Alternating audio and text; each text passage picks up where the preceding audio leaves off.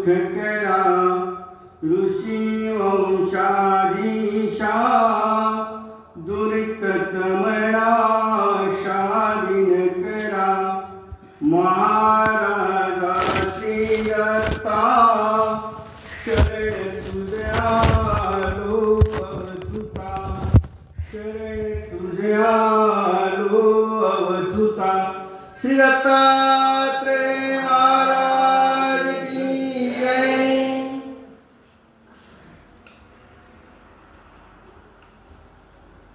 श्री दत्त महोत्सवाच्या निमित्तानं मार्गशीर्ष मासाचे हे औचित्य साधून संपन्न होणारा हा सप्ताह या ठिकाणी खऱ्या अर्थानं अथक परिश्रमातून गेल्या अनेक वर्षापासून चालू असलेला हा सप्ताह, या सप्त्याचे आयोजक आदरणीय श्रद्धेय आचार्य प्रवर प्राचार्य श्री बाबाजी, त्याचप्रमाणे या ठिकाणी आमचे ज्येष्ठ धर्मबंधू आदरणीय पूजनीय श्री नितीन आप्पा, आदरणीय पूजनीय श्री पुरुषोत्तम दादाजी आणि मगाशीच माझी त्यांच्याशी भेट झाली आमचे असे आदरणीय श्रद्धेय अण्णा म्हणून आम्ही त्यांना मार्गात संबोधायचो, आमचे ज्येष्ठ बंधू परमपूजनीय आदरणीय श्री बाळकृष्ण दादाजी, उपस्थित तुम्ही सर्व वासनिक सद्भक्त तपस्विनी माता बंधू आणि भगिनींनो, स्मृतीस्थळातील धर्मनिष्ठा असा विषय बाबाजींनी मला दूरध्वनीवर दिला. बाबाजी मला प्रत्यक्ष भेटायला आले. खऱ्या अर्थानं तेवढी पात्रता नक्कीच माझी नाही आहे, कारण ज्यांच्याकडे पाहून खऱ्या अर्थानं आमच्या जीवनाला सुरुवात केली, चालायला बोलायला शिकलो असेल, असं एक माझे स्वतःचे आयडॉल हे बाबा आहे. आणि म्हणून मला एक 10 वर्षापूर्वी बाबांनी असंच या ठिकाणी मला आणलं आणि माझ्याकडनं ते बोधवून घेतलं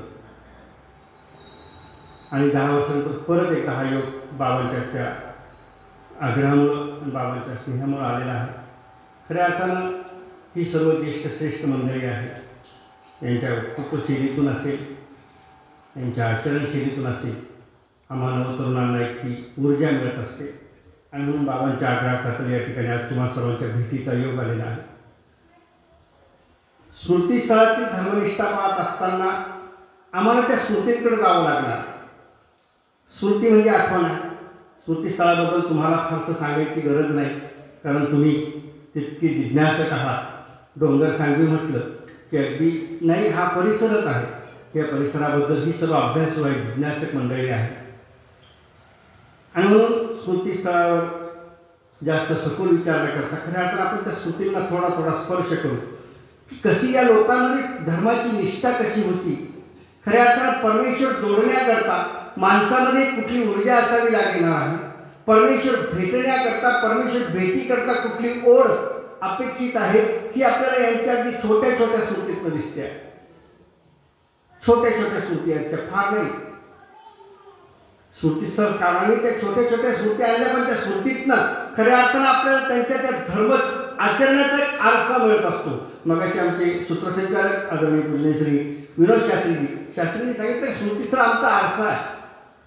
धर्म आमच्यात येण्याकरता, धर्माचं आचरण करण्याकरता, धर्मो रक्षकी रक्षका.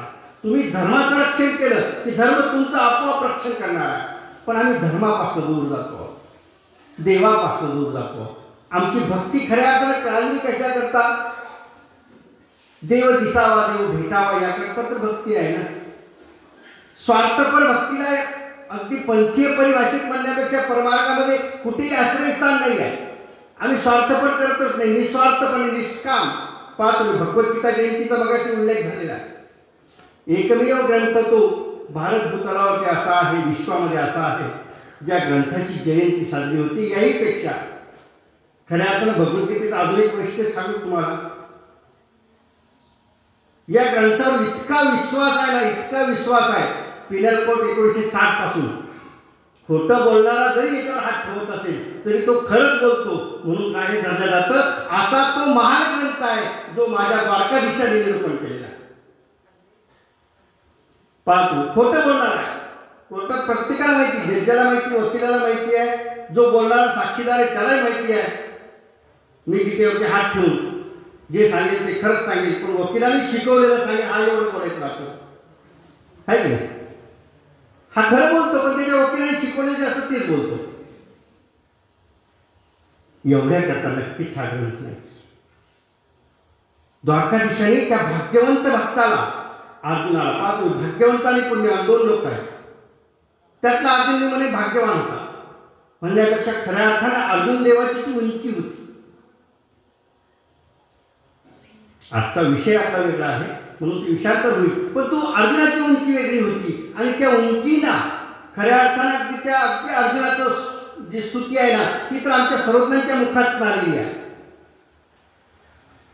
अर्जुन सगळं जाणत होता फक्त ब्रह्मविद्या त्याची जाण्याची राहिलेली होती. ती सांगण्याकरता द्वारकाधीशांचा अवतार तिथं झालेला आहे आणि द्वारकाधीश गोपाळकृष्ण महाराजांच्या मुखारविंदात निघालेली ती भगवद्गीता आहे. ती सूत्र ते जीवनाचं गाम्य आहे. प्रत्येक सूत्रामध्ये अगदी प्रत्येक गोष्टीमध्ये भगवंतानी त्या गीतेमध्ये काय नाही प्रत्येक गोष्टीचं उत्तर त्यात. आणि मग अशा त्या गीता जयंतीच्या दिवशी खऱ्या तर आपल्याला स्मृतीस्थळाला स्पर्श करायचा आहे.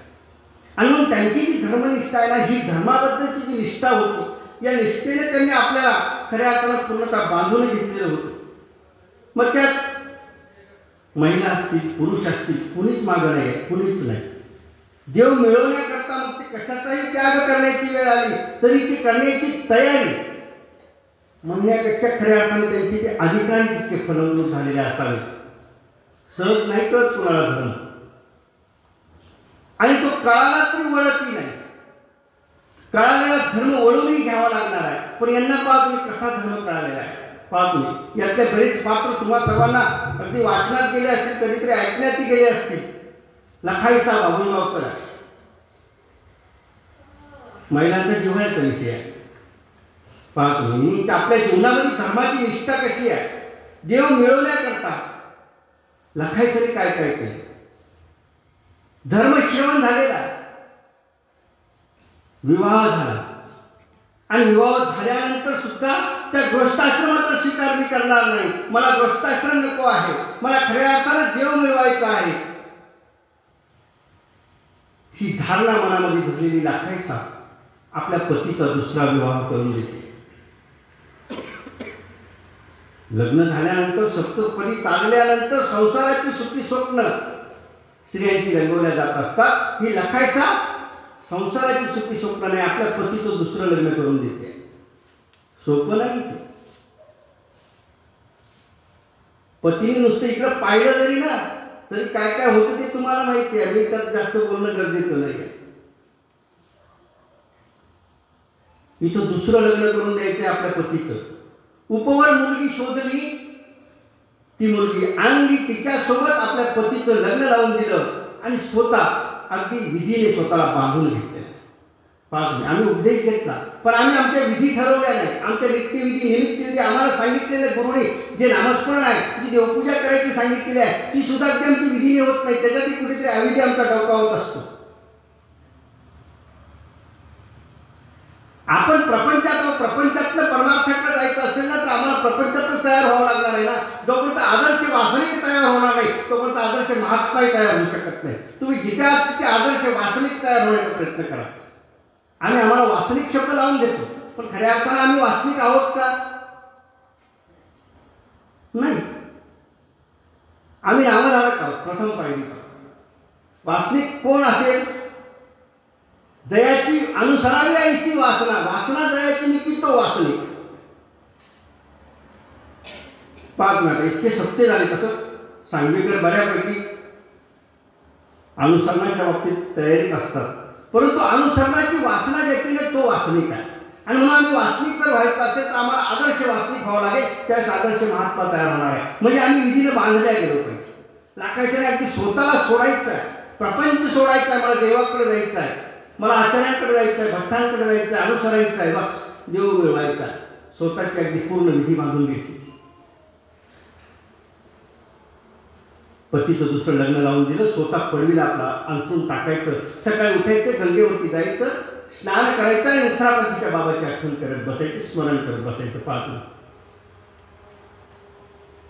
अगदी थोडे दिवस नित्यक्रमेने हा दिनक्रम चाललेला आहे. आणि एक दिवस सकाळच्या वेळेला नदीवर गेलेली राखायचा वापसच आली. पतीने बऱ्यापैकी शोधाशोध केली पण नाही सापडली. आणि ज्यावेळेस हा निंब्याला जाण्याची तयारी करतो तोपर्यंत इकडे लाखायसाची भिक्षाही झालेली आहे. आणि लाखायसा त्या विठ्ठपुराकडे जाणाऱ्या त्या स्त्रियांसोबत लाखायसा आमच्या आचार्यांनी विठ्ठपुराच्या दिशेने पाठवून दिले. पती निंब्याला जाऊन पोहोचला. निंबा आचार्यांचा प्रथम आश्रम ज्या निंब्याला होता, तालुका पाथरी, जिल्हा परभणी. इथं पती जाऊन पोहोचला. त्या 500 गुरुकुळामध्ये शोधलं. आचार्यांना विचारलं, त्याने सांगितलं शोधा असेल तर. नाही सापडली, कारण लाखायचा तिथं नव्हत्याच, त्या विठ्ठपुराच्या दिशेने गेलेला होता. 1 वर्षाचं ते कडकडीत आचरण लाखायसाने केलं. आणि परत श्री गुरुच्या भेटी करता येणाऱ्या त्या साधूंसोबत ज्यावेळेस लाखायचा परमार्गात आल्या त्यावेळेस सायंकाळची वेळ होती. आणि त्या झुंजोट्यात लाखायसाने आचार्यांना दंडवत केला. आचार्यांनी ओळखलं नाही. थोडंसं जवळ आल्यानंतर आचार्याच्या लक्षात आलं आणि आचार्यांनी स्वतः आश्चर्य केलं. स्मृतीस्थळामध्ये तसंच्या तसं वाक्य आहे. अगदी आचार्यांचं ते आश्चर्याचं वाक्य तसंच्या तसं आहे. लाखे, मी ओळखे ना तू. स्वतःचं तेही अगदी पूर्ण कृषी करून घेतलेलं आहे. त्या आचरणानं, त्या धर्मानं, त्या निष्ठेनं तिने स्वतःला पूर्णतः कृषी करून घेतलं. आणि मग आचार्यांनी तिला आज्ञा केली की आता परत बाभूळ गावाशी जा, कारण तिथं बऱ्यापैकी तुझी चर्चा होते आहे. धर्मातला आल्यानंतर उपदेश घेतला असेल, संन्यास घेतला असेल तरी सुद्धा म्हणजे नातेवाईकामध्ये असेल, गावामध्ये असेल, बऱ्यापैकी चर्चा असते. आणि म्हणून त्यांचाही प्रभाव वाढू नये. तू जा. तू काय केलंस खऱ्या अर्थानं? तू कशा करता प्रपंच सोडलास? तू कशा करता त्या पतीचं दुसरं लग्न करून दिलंस हे त्यांनाही बघू दे ना. जाईन आचार्य, नक्की जाईन. आणि मग आत्मादिक्रमे लाखायचा बाभूळ गावाला जाऊन पोहोचली. घर परत घर भिक्षा मागत मागत स्वतःच्या घरापर्यंत पोहोचली. पती पडवीलाच बसलेला होता. पागोटं बांधलेलं होतं. लाखायसाने भिक्षा सवाल केला. पत्नी भिक्षा, लाखायसाची जी सवत होती ती भिक्षा आणण्याकरता मध्ये गेलेली आहे. पती अगदी खाली मान घालून बसलेला होता. पत्नी घरात भिक्षा आणायला जात असतानाच लाखायसाने परत त्या बसलेल्या आपल्या पतीला प्रश्न केला. जो पूर्वाश्रमीचा त्याचा पती होता. मदना ओळखा. आणि मग या शब्दासरशी त्याने थोडंसं निरखून बघितलं आणि मग लक्षात आलं. पट दिशी उठला, पडवीतनं खाली आला, स्वतःच्या डोक्यावरचं पागोटं काढलं आणि लाखायसाच्या पायावरती डोकं ठेवलं. पतीने पत्नीच्या पायावर डोकं ठेवलं हा यातला महत्व नाही आहे. खऱ्या अर्थानं त्या पत्नीने ज्या करता हा संन्यास घेतला ती गोष्ट दाखवण्याकरता, तो आचार दाखवण्याकरता लाखायसा तिथपर्यंत आली. त्यांनी विनंती केली, पाय धुतले, सोपस्कर भिक्षा आणायला लावली. सांगितले इथे जेवण नाही, माझा आज्ञा असे गंगेची. आपल्या पत्नीचे पाय धुतले, सोपस्कर भिक्षा दिली आणि लाखायसा परत गंगेवरती भिक्षेला निघून गेली.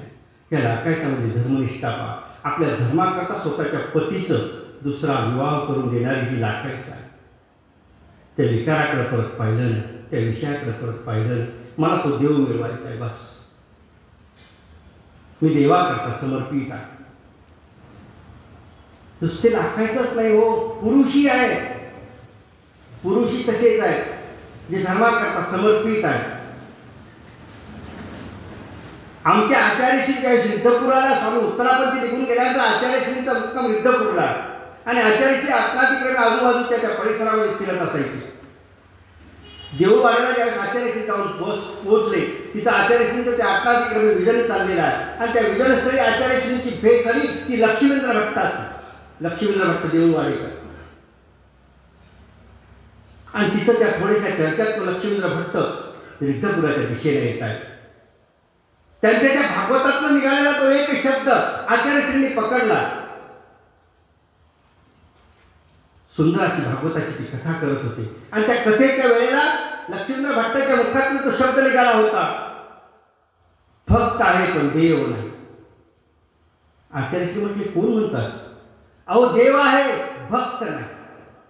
कुठे आहे देव? आहे ना का युद्धपुराला? आचार्यश्रीने वचन देऊन टाकलं आणि त्यावेळेस त्यांना वाटलं एवढ्या सभेत माझा अपमान झाला, मग चला मला दाखवा देव. देव दाखवा म्हणून निघालेले लक्ष्मींद्र भट्ट जसे आले तसे वापस गेलेच नाही. स्वतःच्या विशीलप्रभावाच्या सन्निधानी आचार्यांच्या त्या परमार्थामध्ये स्वतःला विशीलप्रभावाला समर्पित करून टाकले.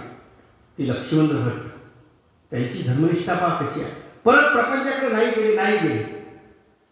ती थोड्या दिवसात नातेवाईक आले, सगळे सोयरे संबंधी सगळे आले घेण्याकरता, त्यांनाही नाही गेले. पत्नीने सांगितलं कशी येत नाही, मी जाते. आणि लक्ष्मींद्र भट्टांची पत्नी त्यांना घेण्याकरता रिद्धपुराच्या दिशेने आली. आणि आल्यानंतर तिने सांगितलं अहो असं काय करता?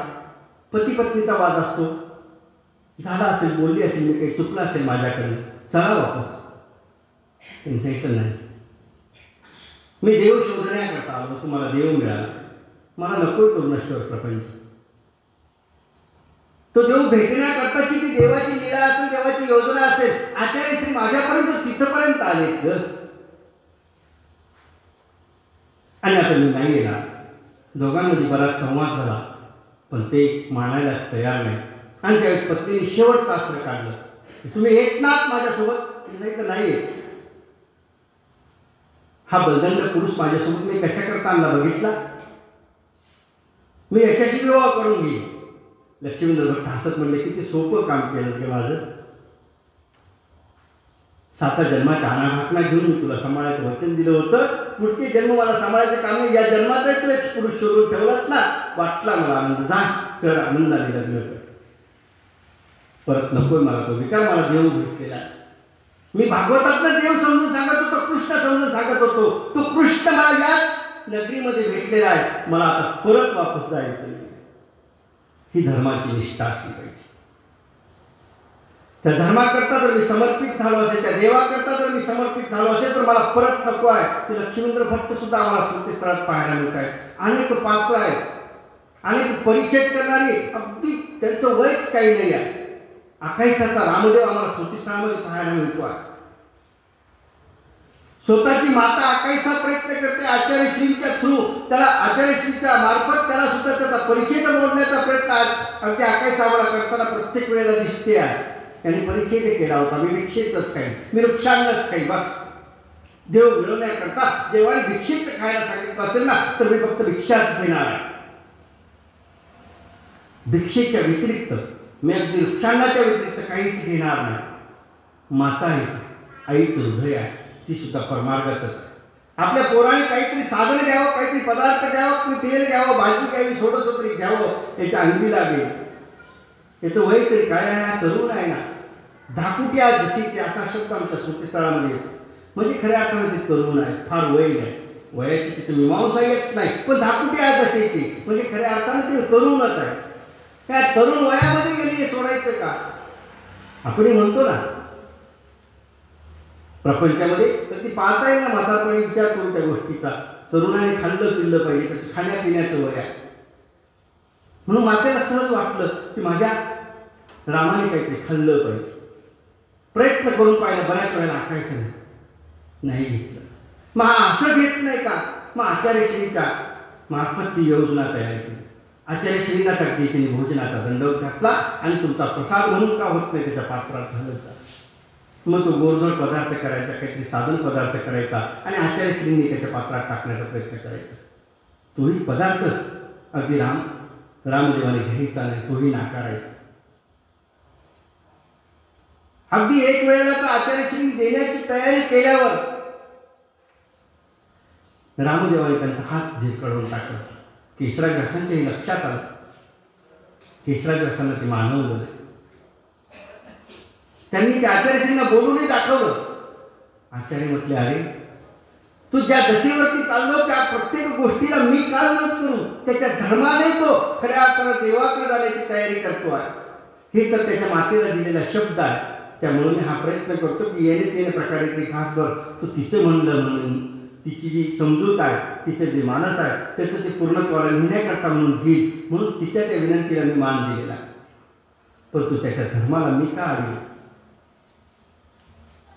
आचार्यश्री प्रत्येकाकडे पाहत असताना त्यांच्या महादेशांनी तर एक आचार्यश्रींना म्हणून सुद्धा दाखवलं होतं, आम्ही देवाचे देखील पण न देखील देवाचे आठविते झळझळविते हे महात्मे कैसे.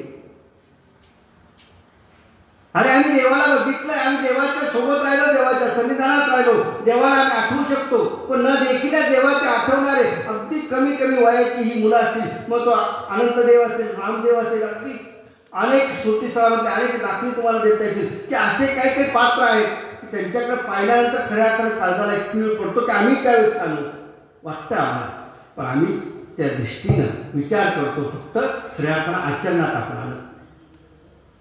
वाचलेली ती स्मृती जर कधी आपण आचरणात आणण्याचा प्रयत्न केला तर आमच्यातली धर्मनिष्ठा वाढणार.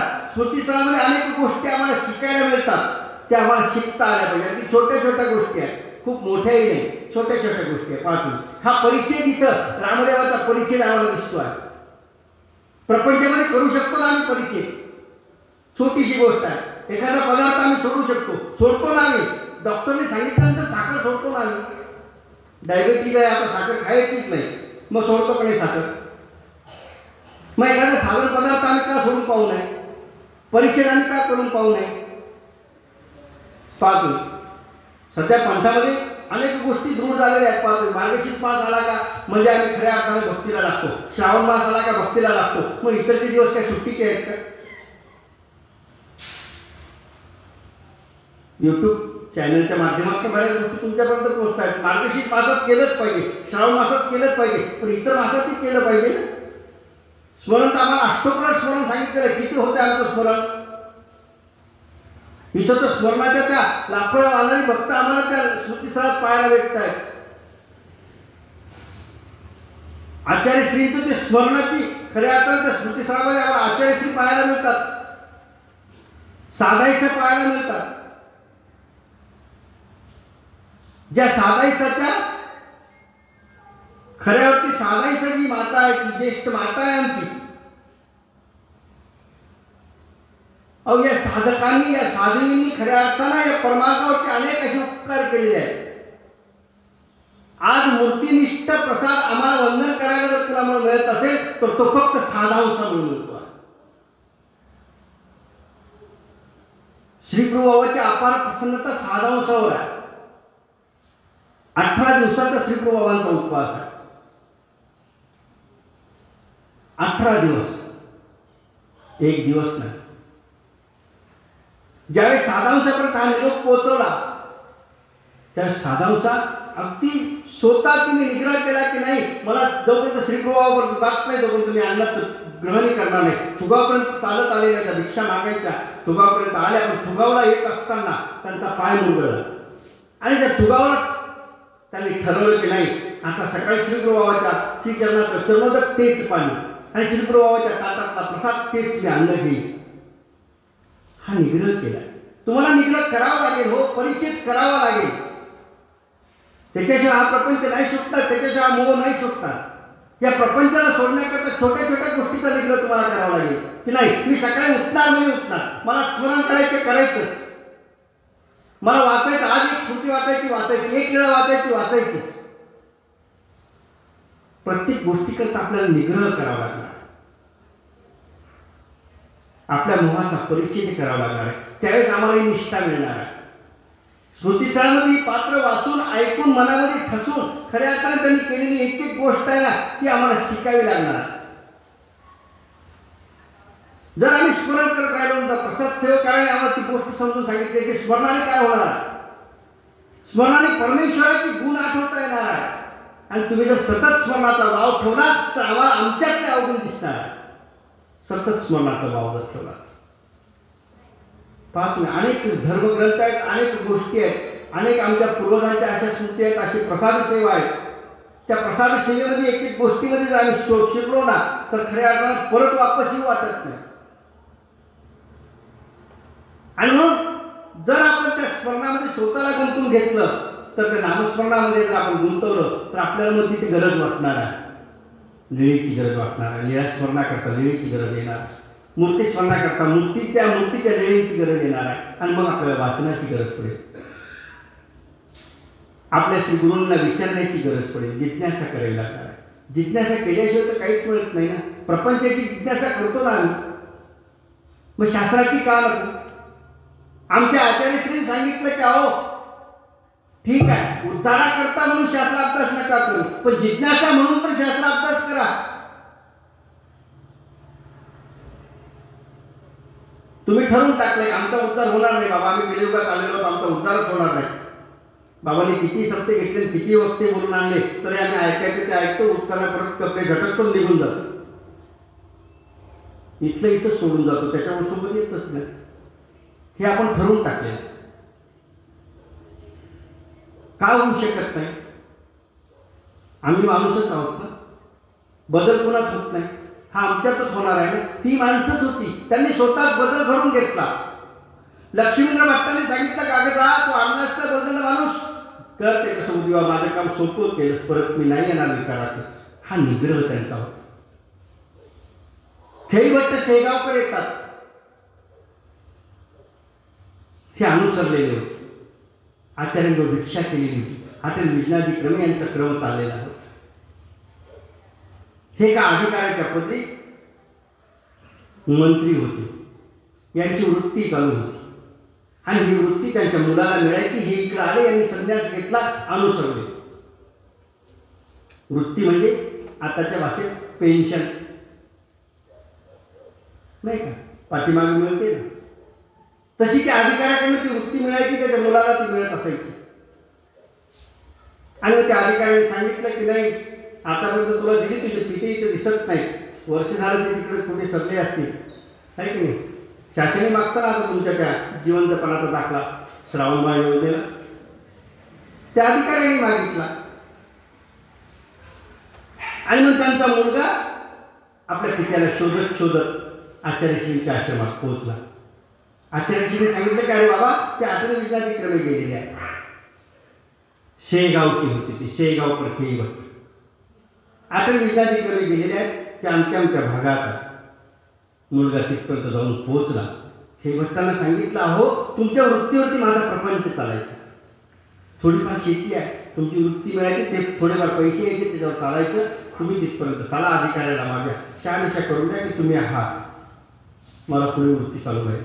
त्याने सांगितलं नाही मी नाही येत. अरे मी अनुसरला आता, मी संन्यासी झालो, मी भिक्षा घेतलेली आहे, मी भटमार्गाचा झालेलो आहे, मला परत प्रपंचाकडे नको ओढूस. तो अधिकारी तुला वृत्ती देईल तर देईल, नाही देईल तर न देईल, ते तुझं भाग्य आहे, पण मला तिकडे यायचं नाही. ही देवावरती धर्मावरती असलेली निष्ठा. तो मुलगा अधिकाऱ्यापर्यंत येऊन पोहोचला. अधिकाऱ्याला सांगितलं अहो ते येत नाहीत, ते संन्यासी झाले, भटमार्गीचे झाले. अधिकाऱ्याने सांगितलं हो हेच तर खरं आहे, मला हेच तर शोधायचं होतं, ते जर आले असते तर मी वृत्तीच दिली नसती. ते आले नाहीत ना म्हणजे खरे संन्यासी आहे. ही धर्मावरची निष्ठा स्मृतीस्थळात पाहायला मिळते आम्हाला. माझ्या प्रमार्गावरती बोलत असेल, माझ्या भट्टमार्गावरती बोलत असेल ना, तर त्याच वेळेला स्वतःच्या प्रत्येक गोष्टीचा त्याग, ते निग्रह, ते परिच्छेद आम्हाला करता आला पाहिजे. केसराच्या संधी सुट्टी आहे. हे तिघजण आठवण विजनादिक्रमे चाललेले होते. दोघांच्या पायात चपला नाही आहे, पण केसराच्या पायात चप्पल आहे, वाहन आहे. आणि आजूबाजूची लोक पाहत होती. पाहणाऱ्या लोकांनी सांगितलं हे दोन भटमार्गीचे आहेत, हा एक नव्हे. त्या क्षणाला पायाची चप्पल काढली, नुसती फेकून दिली नाही तर तिचे तुकडे तुकडे करून टाकले, परत पायात चप्पल आणली. हा परिच्छेद असला पाहिजे. त्यावेळेस आमच्यात निष्ठा येणार. अशी निष्ठा येत नाही आमच्यात निष्ठा येण्याकरता निग्रह असला पाहिजे. स्मरणाचा आमचा वाव असला पाहिजे. आम्हाला स्मरण करता आलं पाहिजे, तर आम्हाला खऱ्या अर्थानं तो देव आठवता येणार आहे, त्या स्मृती आठवता येणार. स्मृती म्हणजेच आठवण आहे. हे पूर्वज, या पूर्वजांनी हा धर्म आमच्यापर्यंत पोहोचवला, हे शास्त्र आमच्यापर्यंत पोहोचवलं नाही, देव त्यांनी मिळवला. नाथोबा आम्हाला त्या स्मृतीस्थळात पाहायला मिळतात. पाहतो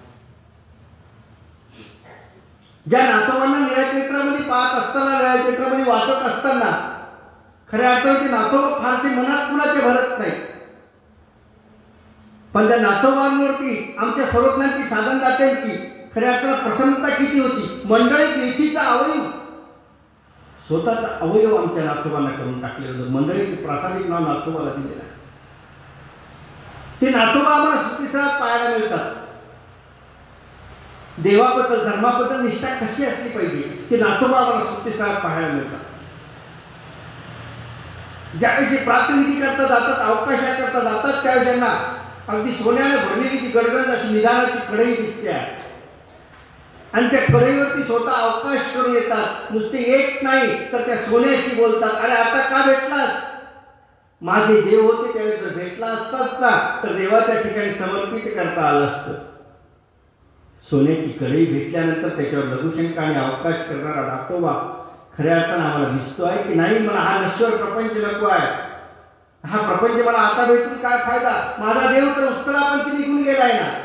आता भेटलेल्या प्रपंचातून मी माझ्या देवाला कसा मिळू शकेल? त्यावेळेस भेटला असतं. पाहतो चरित्रामध्ये ती घटना आम्हाला पाहायला मिळते. एक वेळेला नातोबाला वाटतं की अरे सर्व लोक येतात माझ्या देवाच्या ठिकाणी अवसर करतात. कोणाचा उपहार असतो, कोणाचं पूजन असतं. माझ्याजवळ तर काहीच नाही आहे. मी अगदी निष्कांचन आहे. बळेगावची ही नातोबा, मी काहीच घेऊन नाही आलो घरून. माझ्याजवळ काहीच नाही आहे. मला तर देवाचं पूजन करायचं आहे आणि पूजन करण्याकरता मी आता माझ्याजवळ काहीच नाही. मी करू तरी काय? त्यावेळेस आमच्या देवाने त्यांना एक मंत्र दिलेला. सांगितलं जा बाजारात बस आणि हा मंत्र म्हण. याच्यातून जे येईल ते तू म्हण. कुठला मंत्र घेता तुम्हाला सांगून जातो. म्हणजे तुम्हाला वाटेल की बाबा नेमकं लपून नाही गेले बा, आम्हाला सांगितलं नाही, आम्हाला पैसे कमवायचा मंत्र भेटेल. नातोबाला एक छोटासा मंत्र दिला. म्हणलं येरूळ मंगरूळ म्हण. ते देवाने दिलेला प्रासादिक मंत्र होता. देवाला ती लीळा घडून आणायची की नातोबाच्या हाताने ते भजन करून घ्यायचं होतं. त्याचं मानस पूर्ण करायचं होतं. काहीच नाही त्या मंत्रामध्ये, काहीच नव्हतं.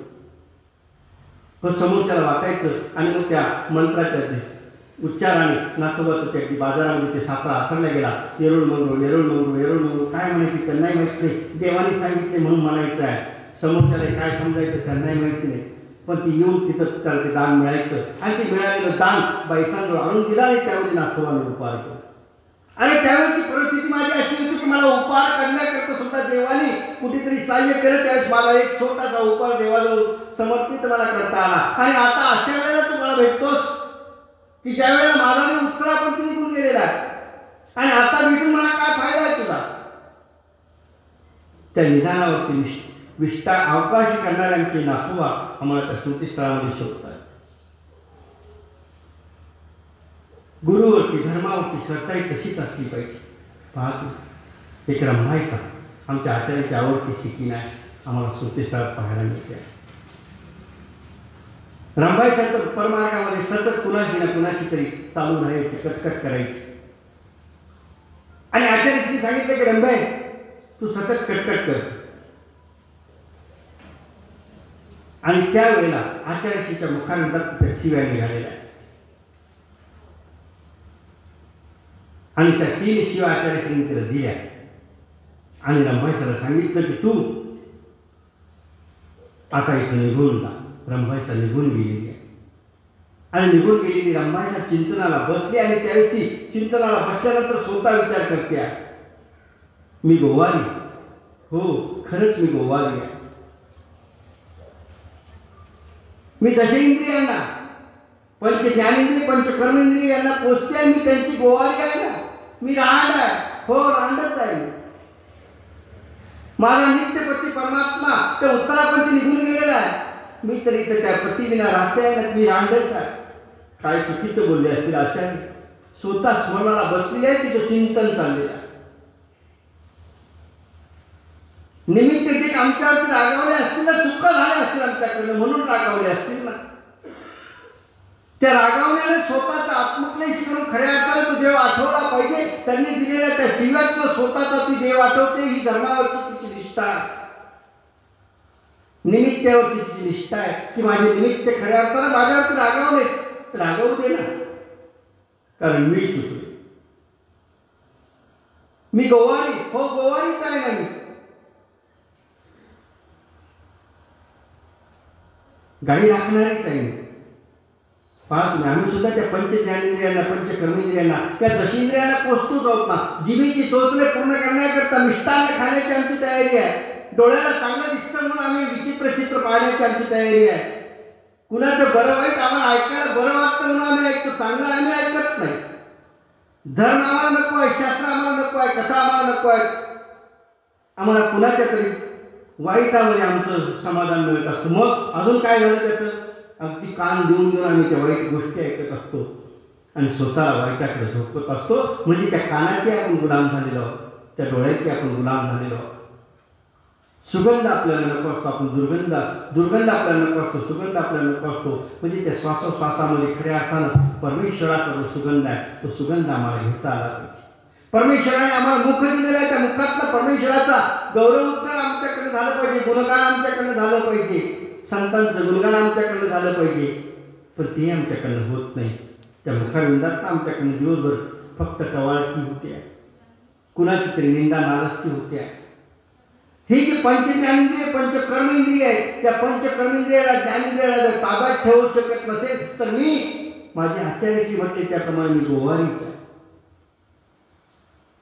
इकडं रंभाईला परमार्थातनं काढून दिलेला आहे आणि रंभाईच्या विजनस्थळी जाते आहे, स्वतःचं चिंतन करते, स्वतःच्या त्या नामस्मरणाच्या त्या मालिकेत तुम्ही स्वतःला अगदी शोधून काढताय तुम्ही खऱ्या अर्थानं कुठं चुकले. आणि आचार्यश्रीचं अगदी भिक्षेची ती वेळ झाली, भोजन झालं आणि त्यांनी रोजच्या प्रमाणे रंभाईचा प्रसाद बाजूला काढून दिला. प्रसाद घेणार आहे का, साधवीने सांगितलं. म्हणजे आचार्य तुम्ही तर रंभाईला काढून दिलेला आहे, ती येणार नाही. नाही, येईल ती, वाटोळीचे गोटे वाटोळीचे. मी जर तिचा धर्म असेल तर तिला इथे यावंच लागणार आहे. श्री गुरु आमचे धर्म आहेत, ते आमचे निमित्त आहेत. त्यांनी खऱ्या अर्थानं हा परमार्ग आम्हाला दाखवला, हा देव आम्हाला दाखवलेला आहे. त्या श्री गुरुवर, त्या गुरुचा विश्वास आमच्यावर तितका तयार असला पाहिजे की नाही, मी किती काही केलं तरी माझा हा शिष्य माझ्याजवळ येणार आहे. आमच्या आचार्यश्रींचा त्या रंभाईवर तितकाच विश्वास आहे की नाही, मी बोललो असेल, काढून दिला असेल तरी सुद्धा ती वापस येणार आहे, कारण मी तिचा धर्म आहे. श्री गुरु आमचे धर्म आहे. आम्हाला श्री गुरुजवळ आलं पाहिजे, जिज्ञासा केली पाहिजे, विचारलं पाहिजे. विचारून जर आम्ही जिज्ञासा केली तरच आम्हाला मिळणार, असं मिळतच नाही. अगोदर तुम्ही साध्या किराणा दुकानात गेले आणि तिथे जर नुसते उभे राहिले तर तुम्हाला तिथं तो किराणा दुकानदार माल देणार आहे का? तुम्हाला सांगावं लागणार आहे, साखर दे, साबण दे, तेल दे, काय मागे जी वस्तू असेल ती मागितल्याशिवाय तिथं वस्तू मिळणार. इथं तर सर्व भरलेलं आहे. आणि म्हणून या श्री गुरुंजवळ आल्यानंतर आम्हाला ते विचारावं लागणार आहे. परमार्गामध्ये गेल्यानंतर ती सेवा आम्हाला करावी लागणार आहे, तो शरणागतीचा भाव आम्हाला द्यावा लागणार आहे, त्यांना ते प्रश्न विचारावा लागणार आहे. कसा देव यांच्या जीवनात आला असेल तसा देव माझ्या जीवनात येण्याकरता खऱ्या अर्थानं तशी निष्ठा मला समर्पित करता आली पाहिजे. हा भाव आम्हाला तिथे देता आला पाहिजे. कारण तो सेवेचा भाव कसा आहे पाहतो. एकदा जर तुम्ही ती सेवा समर्पित केली ना तर ती स्वीकारात जाते म्हणजे जाते. परांडे गौराईसाठी सुट्टे आम्हाला सुटसुत्रात पाहायला मिळते. आटल विजनाची क्रमे हा संपूर्ण परमार्ग फिरतो आहे आणि गौराईचा दररोज त्या नारळाच्या कवटीमध्ये पाणी शोधायचं, भरायचं आणि ती कवटी नारळाची जी करोटी होती ती करोटी, ती वाटी रोज आपल्या झोळण्यामध्ये, आपल्या करोटलीमध्ये स्वतः वागवायची. एक दिवस नाही, 2 दिवस नाही, 6 महिने दररोज त्यातलं पाणी काढायचं, परत त्यात पाणी भरायचं आणि दररोज ती सोबत घेऊन फिरायची. कधीतरी माझे श्री गुरु मला मागते, माझे आचार्य मला मागते, मी त्यांना हे पाणी देईन. 6 महिन्यापर्यंत. आणि एक दिवस आधी घाटावरच्या दिशेने त्या आसन विजनाने क्रमे परमार्ग फिरतो आहे आणि आचार्यश्रींना तहान लागली. अरे कुणाकडे पाणी आहे का म्हणून शोधाशोध सुरू झाली. नेमकं त्या दिवशी कुणाच्याच त्यांच्या पाण्याच्या पिशव्या होत्या, त्याच्यामध्ये कुणाकडे पाणी नाही. आणि म्हणून सगळीकडे शोधाशोध झाल्यानंतर आचार्यश्रींना माहिती होतं गौराईचं काय. कारण आचार्यश्रींना खऱ्या अर्थानं स्वामींच्या त्या प्रसादामुळे बऱ्याच गोष्टी जाणवायच्या. आणि म्हणून आचार्यश्रींनी सांगितलं कोणाकडे आहे का. आणि त्या दिवशी गौराईचा अगदी आनंद झाला की मी रोज तिथे आहे, मला कधीच मागितलं नाही, आज मागितलं. आणि तिने आपल्या त्या परवटीमध्ये ठेवलेला, आपल्या त्या परवटीमध्ये ठेवलेला तो नारळाच्या कवटीचा तो गोळा बाहेर काढला, त्यामध्ये ठेवलेलं ते पाणी काढलं आणि आचार्यश्रींना समर्पित केले. त्यावेळेस आमच्या आचार्यश्रींच्या मुखाविंदात एक वाक्य निघालं. ती 6 महिने झाली केलेलीची सेवा, एका दिवसाची नाही, 6 महिन्याची सेवा खऱ्या अर्थानं स्वीकारायला जाणार. मी माझ्या एका साधूला, एका संन्याशाला गळावर पाणी दिलं असेल ना, तर तिथं दिलेलं पाणी खऱ्या अर्थानं मला कुठेतरी अजून उच्च अधिकाऱ्याच्या ठिकाणी देता येणार आहे. त्या अधिकाऱ्याची सेवा केल्यानंतर ईश्वराच्या सेवेपर्यंत माझा योग जाणार. विधीमध्ये जसा तुमचा विधी समर्पित होत जातो ना, तसा सेवेमध्ये सुद्धा तो समर्पित होत जाणार आहे. गौराईसाचं ते 6 महिन्याची सेवा, अगदी 6 महिने सांभाळलेल्या त्या पाण्याची सेवा अगदी एका दिवसात स्वीकारत गेली नाही, 6 महिन्याची सेवा स्वीकारत गेली आहे. हा सेवाभाव आहे आम्हाला देता आला पाहिजे. त्यावेळी धर्माची निष्ठा आम्हाला तिथं दिसणार आहे. त्याच्याशी ती निष्ठा आमच्यामध्ये येणारच नाही. निष्ठा येण्याकरता तर आम्हाला खऱ्या अर्थानं तो परमेश्वर आठवण्याकरता, ती धर्मनिष्ठा आमच्यामध्ये जागृत होण्याकरता छोट्या छोट्या गोष्टी आम्हाला आचरणात आणाव्या लागणार. मग तो परिचय असेल, सेवा असेल, समर्पित भाव असेल, तोही देण्याची तयारी आमची असली पाहिजे. श्रुतीसारख्या श्रुती वाचून घ्यायच्या, त्या वेळापुरतं फक्त मनाला भावून घ्यायचं नाही. त्यांनी केलेली प्रत्येक गोष्ट आम्हाला ती भावता आली पाहिजे. साधवसाची ती स्मृती आपण पाहत होतो. रुद्रपूर चरित्राकृती जाणारी ती गोष्ट होती. आणि साधवसात फुगावरनं त्यांनी जे वचन पाळून घेतलं, ते परिच्छेद करून घेतला. आणि परिच्छेद केल्यानंतर साधवसा ज्या सिद्धपुरात जाऊन पोहोचल्या, त्यावेळेस तिसरी प्रभावाच्या 18 दिवसामध्ये माई भट्टांना जो मानलेला, आचार्य श्रींना नाही, आभाईसांना सुद्धा नाही, अगदी ज्या कोथळवासनावरती श्रीप्रभावांची अशी सेवा, अशी भावना होती, अशी श्रद्धा होती, असा खऱ्या अर्थानं प्रसन्न मनोधर्म होता की सेवा असेल तर ती कोथळवासांचीच स्वीकारायची. भोजनाचं ताट हे आभाईसांनाच दिलं पाहिजे. त्या सर्व भक्तांवर असलेला तो प्रसन्न मनोधर्म असताना सुद्धा त्या 18 दिवसामध्ये कुणालाही श्रीप्रभू जुमानत नाही. आणि साधांश आल्यानंतर आबाईस आमच्या श्रीप्रभू गोसावींच्या जवळ जातात आणि सांगितलं, म्हणे रावळो, तुमची साधा आली आहे. तानेरी जी तो तर परमात्मा आहे, सर्वदान आहे, सर्वज्ञ आहे. आणि श्रीप्रभूला लगेच म्हटले, मग दे ना पाणी.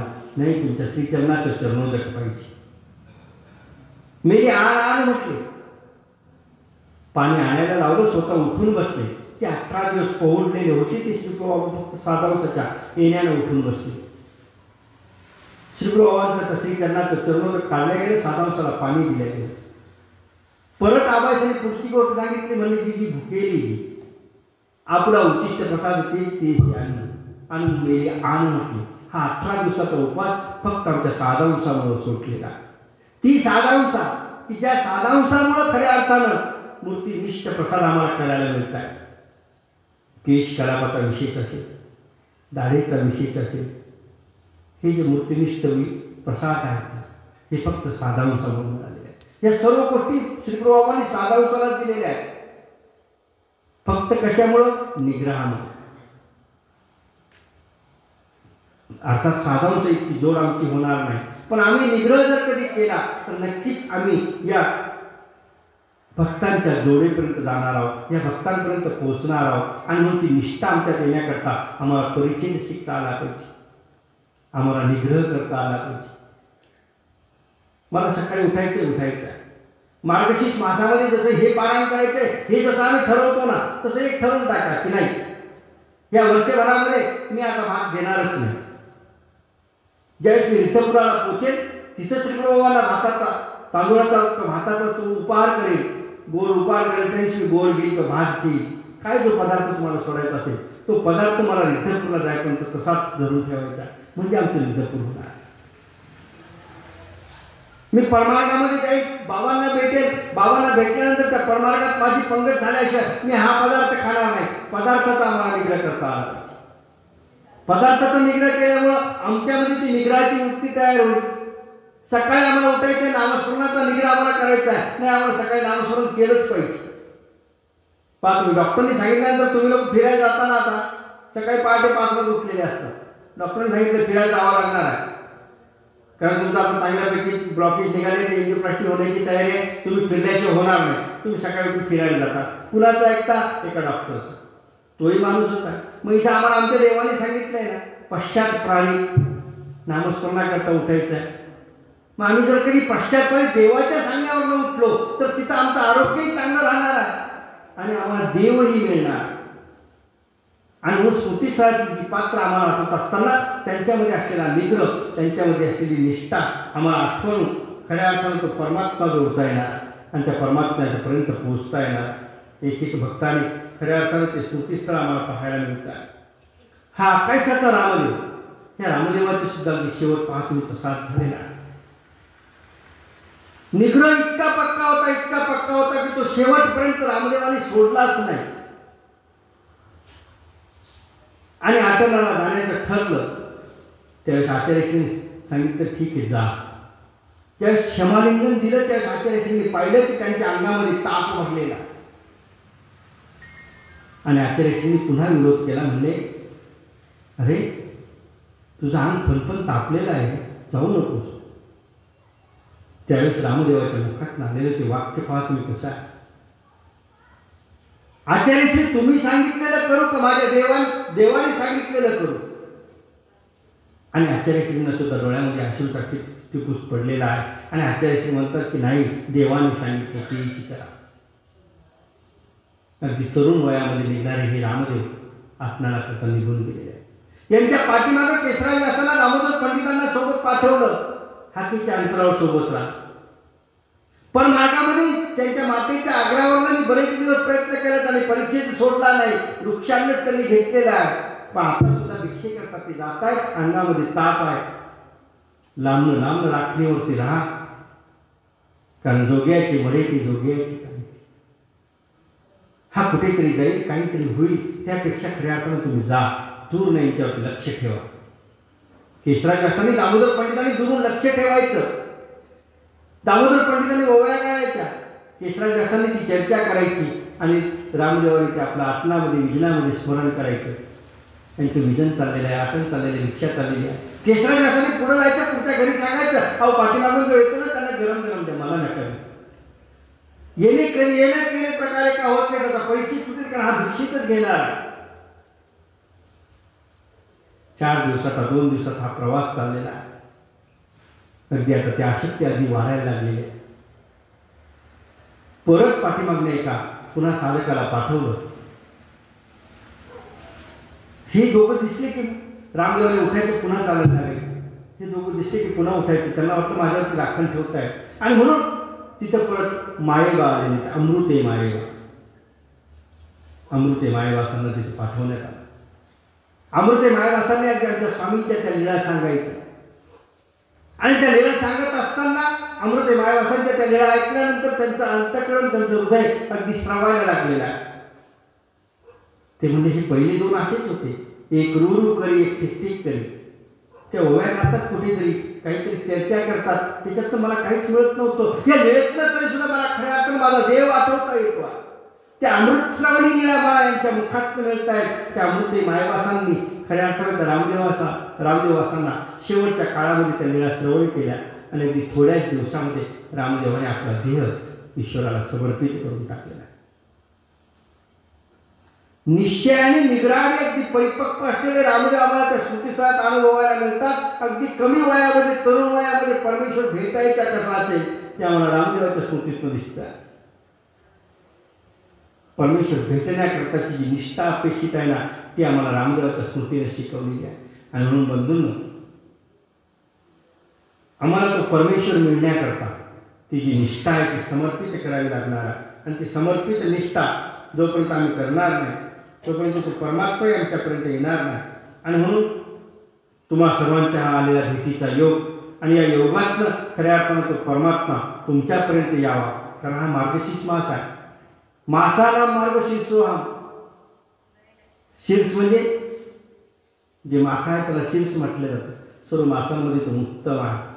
त्या मासामध्ये खऱ्या अर्थानं परमेश्वराचा वास आहे। इतकंच नाही तर अगदी आता 4 दिवसावरती जगदवंदी चतुर्गी अवतारचे दत्तात्रय प्रभू महाराजांचा जन्मोत्सव संपन्न होणार। दत्त जयंती सुद्धा याच मासात संपन्न होत असते। आणि म्हणून अशा या परम पवित्र मासामध्ये आम्ही एकच निश्चय केला पाहिजे। पहा तुम्ही, आम्ही संभाळी कुणाच्या होता? श्री दत्तात्रय महाराजांचा। उत्तरापंथीचे बाबा तर निघून गेले, त्यांनी आम्हाला संभाळी श्रीप्रभूच्या घातलं होतं। श्रीप्रभूबाबांनी आता आम्हाला दत्तात्रय प्रभू महाराजांचा संभाळी घातलेला आहे आणि तो चतुर्युगी अवतार आहे। दत्तात्रय प्रभू महाराजांचं ते विशेष आहे। अगदी त्या सप्तविशेषामध्ये कधी योगायोग आला तर आपण बोलू त्या दत्तात्रय महाराजांच्या विशेषावर. परंतु खऱ्या अर्थानं तो जो विशेष आहे की ती दत्तात्रय महाराजांचं दर्शन हे अमोघ दर्शन आहे. ते दर्शन अपेक्षित आम्हाला झालं पाहिजे, ती भेट आम्हाला झाली पाहिजे. कारण आता 4 दिवसावर दत्तजयंती आलेली आहे आणि त्या दत्तजयंतीच्या दिवशी आपण सर्वांनी एकच असा निश्चय केला पाहिजे की हा नश्वर प्रपंच माझ्याकडे नसतो, जेवढा होईल तेवढा धर्म म्हणण्यापेक्षा इतका मी आचरणार म्हणजे आचरणारच. रोजच्या माझ्या ज्या सोनाच्या नित्यदिनीच्या 20 गाठ्या असतील, 21 गाठ्या असतील, मी आजपासून 51 करेन. पण मी जास्तीत जास्त स्मरण करण्याचा संकल्प दत्त जयंतीच्या दिवशी आपल्याला करायचा आहे. आणि तुम्ही एकच वर्ष करून पहा, पुढच्या वर्षीच्या येणाऱ्या दत्त जयंतीला तुम्हाला ते 1 वर्ष केलेल्या स्मरणाचा लाभ, तुमच्या जीवनामध्ये आलेला तो धर्म, तुमच्यातली निष्ठा वाढण्याशिवाय राहणार. नामस्मरण तर अगदी नामस्मरणावर अनेक वक्त्याने तुमच्यापर्यंत विषय आणलेले असतील. नामस्मरणाकरता तुम्हालाही बऱ्यापैकी पाठ आहे की नामाने काय काय फायदे होतात ते तुमचे सगळे पाठ आहेत. पाहतो आम्ही नामं घेतो. कधी गावाच्या बाहेरून त्या पिंपळाखालून येत असताना कुणीतरी सांगितलेलं असतं इथं भूत आहे आणि मग त्या आमच्या डोक्यात तिथं हाय पाचवं नाम घेतलं पाहिजे, आता दुसरं घेतलं पाहिजे बरं का, दत्तात्रय भूत कामापुरतं नका, देव मिळवण्याकरता नाम घ्यायचं. नामेची प्राप्ती जीवा, नामाने खऱ्या अर्थानं प्राप्तीकडे जाता येणार नाही. सुटणार प्रपंच आमच्याकडे नाही घडणार आम्हाला अनुसरण, पण केलेलं नामस्मरण आम्हाला देवापर्यंत पोहोचवण्याकरता खऱ्या अर्थानं उपयोगी जाणार. अनुसरण घेतल्यानंतरच परमेश्वर देव भेटणार आहे, पण त्या अनुसरणाचा योग आमच्या जर जीवनात आलेलाच नसेल, तो अधिकार आम्ही जोडलेलाच नसेल, त्या अधिकाराची वृद्धी तर होणार आहे, अधिकार तर वाढणार आहे. इथं तर आमच्या परमार्गामध्ये केली क्रिया वाया नव्हते, अगदी तुमचं उठणं बसणं सुद्धा वाया जात नाही. तुम्ही जिथं गेलात तिथं तुमच्या कानावरती त्या परमेश्वराचे काही ना काही 2 शब्द पडणार आहेत. त्या पडलेल्या 2 शब्दातनं खऱ्या अर्थानं त्या शास्त्रातनं तुमच्या जीवनाची ती जी वेळ आहे ना ती खऱ्या अर्थानं सोन्याची होऊन जाणार आहे, सुवर्णाची होऊन जाणार आहे. आणि म्हणून आपण या सप्त्याच्या निमित्ताने येणारे जे संत असतील त्या संतांचं दर्शन आपल्याला घडतं आहे. बाबांनी हा अगदी असा अतुल्य असा योग या ठिकाणी घडून आणलेला आहे. आणि विविध असे वक्ते येतात आणि त्यांना एक ठराविक दिलेला तो विषय, त्या विषयावरती ते आपल्याशी संवाद साधत असतात. परंतु त्यांनी साधलेला संवाद त्यातून तो परमेश्वर तुमच्या हृदयामध्ये बसावा हीच भावना आजच्या या दिवशी मी तुम्हाला सर्वांच्या वतीनं परमेश्वराच्या चरणी प्रार्थना करेन. बंधूंनो, मला दिलेल्या विषयाला मी कितपत न्याय देऊ शकलो मला नाही माहिती, परंतु खऱ्या अर्थानं ती धर्मनिष्ठा तुमच्यापर्यंत यावी हीच अपेक्षा या ठिकाणी व्यक्त करतो. आणि तुम्हा सर्वांचा हा भेटीचा योग बाबांनी या ठिकाणी घडून आणला, म्हणून पुन्हा एकदा बाबांना या आयोजक वृंदांना धन्यवाद देऊ मी माझ्या विचारांना या ठिकाणी विराम देतो. पण जात असताना या सर्व ज्येष्ठ श्रेष्ठांच्या देखत केलेली ही अधिकृती, जे बरं असेल, जे चांगलं असेल ते तुम्ही घ्या, वाईट असेल ते माझ्या धुळीत मला परत द्या, ही अपेक्षा या ठिकाणी व्यक्त करून मी माझ्या विचारांना या ठिकाणी विराम देतो. त्वमेव माता च पिता त्वमेव, त्वमेव बंधु सखा त्वमेव, त्वमेव विद्या